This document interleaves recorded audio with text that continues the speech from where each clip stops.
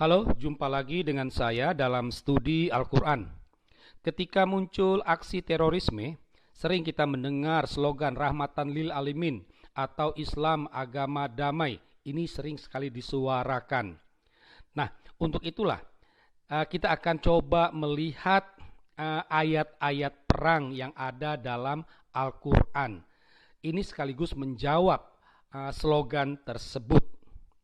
Nah, maka studi Al-Quran kita kali ini merupakan studi tentang ayat-ayat Al-Quran, dan ini merupakan sebuah telaah logis. Sebenarnya tema ini pernah kami ulas dalam blog kami, ya. Silakan Anda cari sendiri. Sekarang kita akan melihat ayat-ayat perang dalam Al-Quran. Sebelumnya kita akan memahami, kita akan satukan konsep kita, apa yang dimaksud dengan ayat-ayat perang tersebut. Yang dimaksud dengan ayat perang adalah ayat di mana di dalamnya terdapat kata dasar perang dan juga jihad. Nah, tapi tidak hanya sebatas pada dua kata dasar ini. Ada kata turunannya, misalnya seperti berperang, peperangan, memerangi, berjihad, perangilah, dan lain sebagainya. Nah, karena Al-Quran itu dikenal sebagai wahyu Allah, maka ayat-ayat perang ini merupakan perkataan Allah sendiri. Nah, dari sinilah kalau kita menggali dalam Al-Quran, maka akan ditemukan sekitar 124 ayat perang, ya. Ini tersebar dalam 24 surah, ya. Dalam surah-surah Makkiyah itu ada 6 surah dengan 8 ayat. Sedangkan surah Madaniyah itu ada 18 surah dengan 116 ayat. Ya. Sebenarnya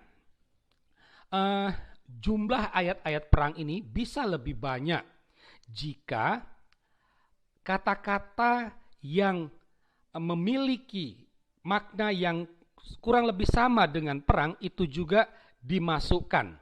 Misalnya ada kata serang, ada kata tempur, penyerangan, diserang, pertempuran, bertempur. Kalau kata-kata ini dimasukkan juga, maka jumlah ayat-ayat perang itu akan bertambah banyak. Tetapi kami tidak mau memasukkan itu. Kita lebih konsisten pada dua kata dasar, perang dan jihad.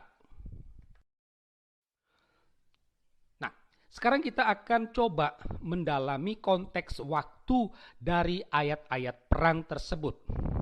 Setidaknya ada dua konteks waktu dari ayat-ayat perang ini, yaitu waktu lampau dan juga waktu kini.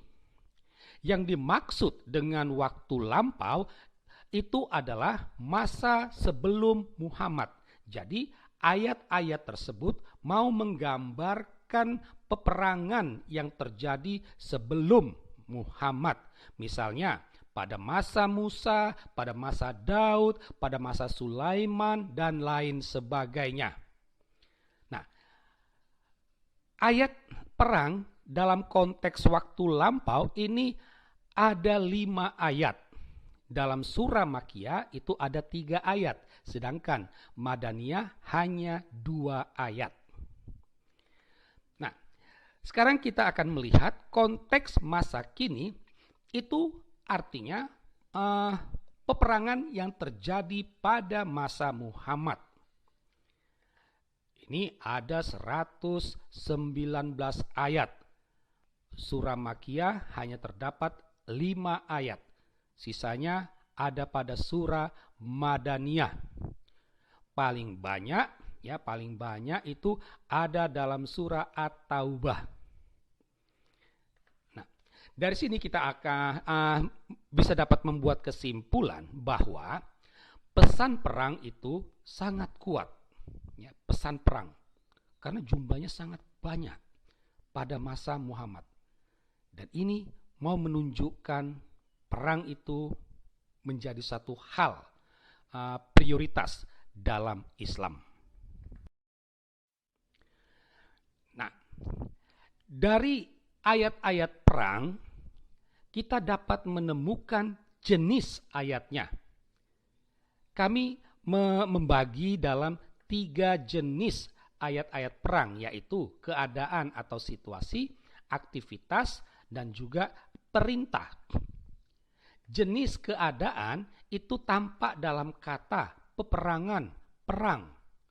Nah, di sini ada 31 ayat. Sedangkan jenis aktivitas itu tampak pada kata berperang, memerangi, diperangi, dan lain-lainnya.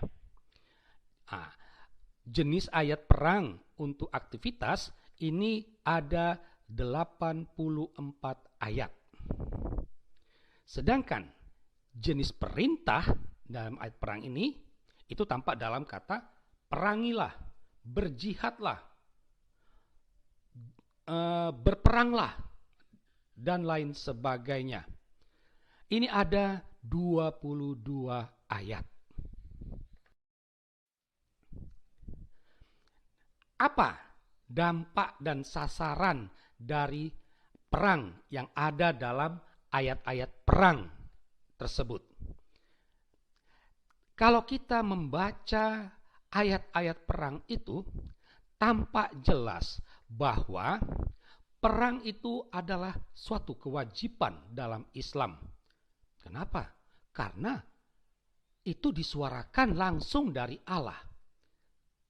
Dengan kata lain, perang itu dikehendaki oleh Allah. Karena Al-Quran itu merupakan pedoman hidup, maka ya perang itu menjadi satu kewajiban.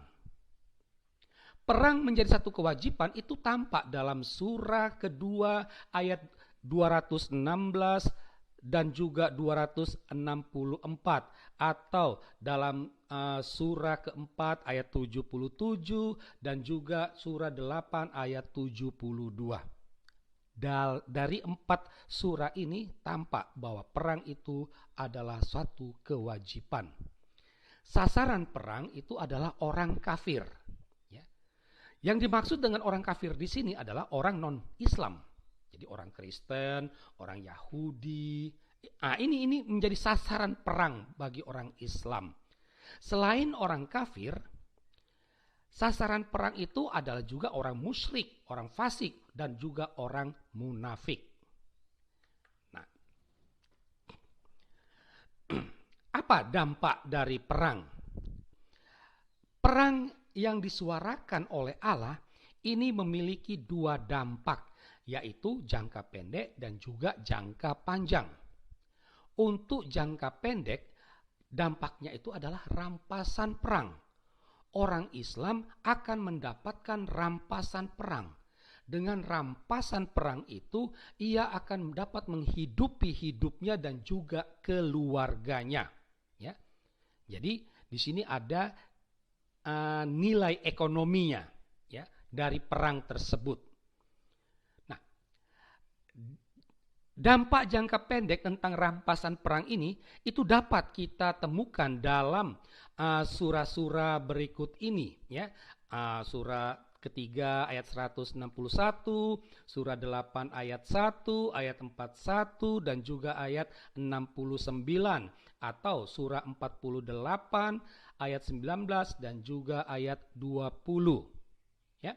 Dari 6 surah tersebut nampak salah satu dampak dari perang itu adalah rampasan perang. Malah ada satu surah diberi judul dengan rampasan perang, yaitu surah ke-8. Dampak jangka panjang itu adalah jaminan masuk surga. Karena dalam peperangan itu, kalau kamu mati, kamu akan masuk surga dan mendapat jaminan kenikmatan. Ada banyak kenikmatan dalam surga. Salah satunya adalah kenikmatan seksual, ya. Akan dilayani oleh bidadari. Nah, jaminan masuk surga dari sebagai dampak perang ini itu tampak dalam surah-surah berikut ini, ya.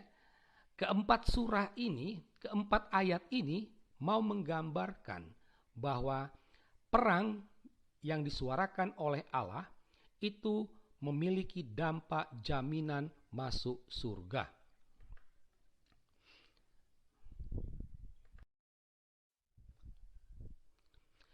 Nah, dari uraian di atas, kita sampai pada satu kesimpulan logis.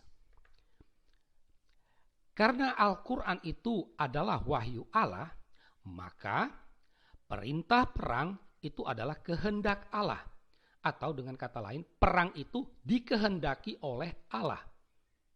Itu. Karena Al-Quran adalah kitab yang jelas, maka perintah perang juga jelas.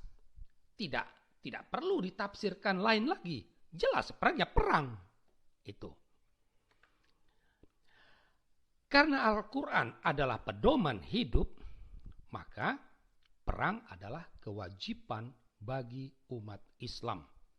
Al-Quran adalah tuntunan hidup. Jadi kalau Allah memerintahkan ini, maka umat Islam wajib melaksanakannya. Nah, dari 3 premis ini dapat kita simpulkan bahwa Islam adalah agama perang. Jadi ini bertentangan dengan slogan rahmatan lil alamin. Terhadap kesimpulan tersebut, sering kita mendengarkan rasionalisasi dari umat Islam. Ya. Setidak-tidaknya ada 2 rasionalisasi yang dikemukakan oleh umat Islam. Yang pertama, mereka sering mengatakan bahwa perang yang dimaksudkan itu adalah perang melawan kemungkaran. Ya. Misalnya melawan korupsi, melawan prostitusi, melawan kemaksiatan, melawan kejahatan, dan lain-lainnya. Ya.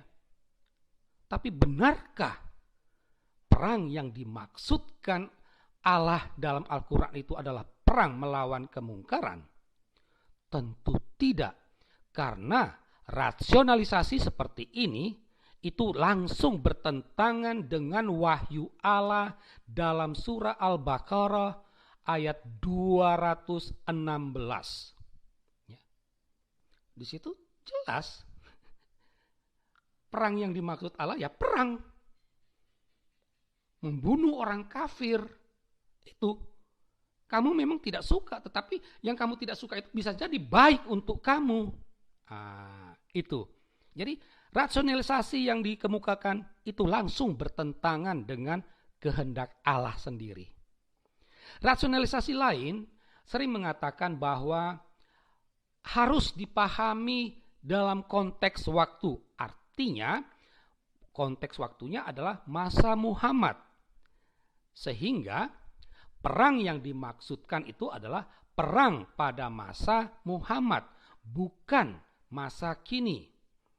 Atau orang kafir yang dimusuhi, yang diperangi itu adalah orang kafir masa Muhammad, bukan masa kini. Ini rasionalisasi yang dikumpulkan. Tapi benarkah rasionalisasi ini? Tentu tidak. Karena apa? Karena kalau kita membuat rasionalisasi seperti itu, maka wahyu Allah menjadi mati. Wahyu Allah hanya berlaku untuk orang Islam pada masa Muhammad saja. Dia tidak relevan untuk masa kini. Wahyu Allah mati. Untuk apa ditulis lagi dalam kitab tersebut? Ya. Kita dapat membuat perbandingan tentang pengharaman babi. Ya. Babi diharamkan karena babi itu jorok. Karena babi itu kotor, najis. Kalau menggunakan rasionalisasi tentang perang tadi, disesuaikan dengan konteks waktu, maka babi haram itu hanya berlaku pada masa Muhammad. Tidak bisa diberlakukan pada masa kini. Karena apa? Ya karena babi-babi sekarang sudah bersih, tidak kotor lagi. Gitu. Model seperti ini. Jadi rasionalisasi seperti itu sama sekali membuat wahyu Allah itu mati.